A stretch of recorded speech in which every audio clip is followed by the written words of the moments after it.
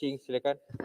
Okay, terima kasih Tuan Yang Di-Pertua atas peluang untuk membahas pindaan perlembagaan yang sangat penting ini. Saya sebenarnya masih teringat hari pertama pindaan seperti ini dibawa ke Dewan Mulia ini pada 9 April 2019.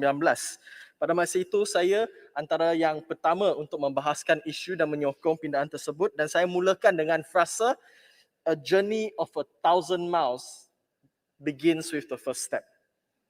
Namun apa yang sepatutnya menjadi detik bersejarah bagi negara tidak kesampaian, kerana pada masa itu beberapa wakil rakyat telah memilih untuk meletakkan kepentingan politik mengatasi kepentingan Sabah dan Sarawak.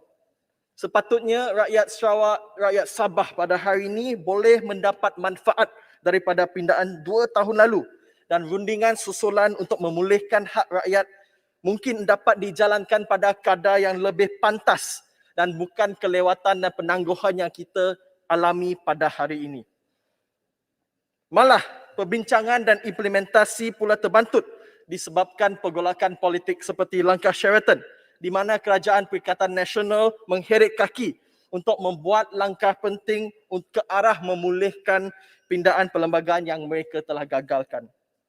Walaupun dengan menteri dan timbalan menteri yang khusus untuk hal ehwal Sabah dan Sarawak yang mengambil gaji tambahan dana daripada tabung awam, sedikit yang telah dilakukan dari segi kemajuan apa yang telah dipersetujui sebelum ini, terutamanya 17 daripada 21 perkara di bawah jawatan kuasa khas Pakatan Harapan.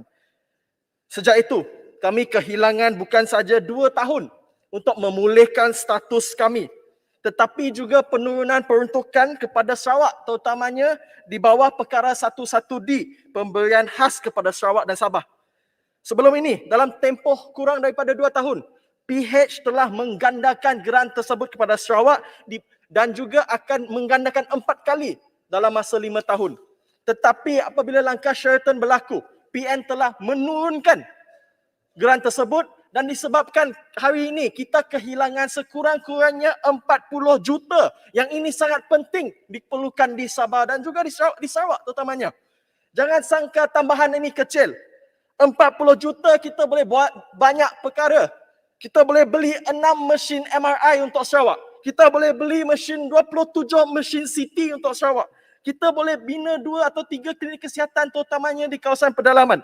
Kita boleh membaiki sekolah daif. Kita boleh membina rumah mampu milik. Kita dapat beli 68,000 tablet untuk anak-anak kita masa PDPR. Kita dapat membeli 1 juta pek makanan untuk mereka yang terkesan akibat COVID.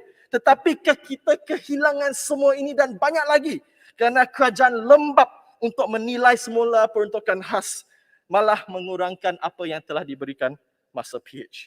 Jadi bagi saya, kerajaan haruslah menjawab kepada rakyat Sabah dan Sarawak. Tuan Yang Di-Pertua, saya ingin menyuruh sekali lagi bahawa laporan akhir MA63 di bawah PH haruslah didedahkan dan dikeluarkan daripada OSA. Rakyat semua berhak untuk mengetahui apa yang dipersetujui, kerana inilah hak kami. Jangan OSA digunakan sebagai alasan untuk tidak mahu melakukan apa yang dipersetujui, atau digunakan sebagai alasan untuk kelembapan mengembalikan hak kami. Selain itu, ini sangat penting. 17 perkara telah dipersetujui, tapi 4 lagi belum dipersetujui. Dan ini khusus isu royalti minyak yang tergandung dalam MA63, dan juga kerajaan haruslah menyelesaikan isu jumlah tunggakan royalti minyak yang sepatutnya setiap 5 tahun. Banyak lagi, Akta Laut Wilayah, Akta Pelantar Benua haruslah diberi keutamaan. Dalam 2 tahun ini, bagaikan persepsi yang tidak diberikan keutamaan, sampai sekarang kita tak tahu apa yang berlaku. Tuan Yang Di-Pertua, saya akan akhir dengan ini. Selain mengemukakan pindaan perlembagaan, saya berharap kerajaan akan mengambil langkah tambahan untuk memasukkan kesihatan dan pendidikan di bawah concurrent list. Ini sebagai asas dan langkah pertama untuk kita mendapatkan semula autonomi dalam 2 sektor yang sangat penting ini. Ini memastikan penurunan kuasa yang lebih bermakna. Dan bagi saya, COVID-19 telah menunjukkan kepentingan dan peranan kerajaan negeri dalam pengawalan penyakit berjangkit. Peranan negeri sangat penting. Dan kita haruslah memperkasakan mereka, terutamanya mereka ada local knowledge bagaimana kita dapat lakukan. Yang ini penting bukan saja untuk hardware, untuk infrastruktur, tetapi software. Bagaimana kita nak mengupah guru-guru, doktor-doktor tempatan yang lebih memahami adat yang ada. Jadi saya menyuruh, saya akan habiskan, saya menyuruh untuk memperkasakan kebolehan Sabah dan Sarawak untuk mengambil tanggungjawab ini. Mungkin kerajaan dapat bersama kementerian yang sedia ada menyediakan satu plan comprehensive devolution of power. Mungkin dalam masa 10 tahun dan dapat disemak dan nilai setiap 5 tahun. Apakah tempoh masa, timeline kita ada, apakah strategi, apakah mekanisme yang digunakan, bagaimana kita memperkasakan modal insan di Sabah dan Sarawak supaya mereka mempunyai kemampuan untuk mengambil tanggungjawab secara penuh. Dan apabila mereka mempunyai kemampuan tersebut, kita pindah sekali lagi untuk masukkan kesihatan dan pendidikan dalam in the state list untuk memberikan autonomi penuh kepada kerajaan negeri. Oleh itu saya menyuruh, marilah kita membuat komitmen di sini. Saya harap menteri boleh buat komitmen di sini. Jangan ini digunakan sebagai model politik setiap kali pilihan raya datang. Mungkin buat komitmen di sini. Dalam 1 tahun ini kita akan devolve kuasa education dengan healthcare kepada negeri Sabah dan Sarawak.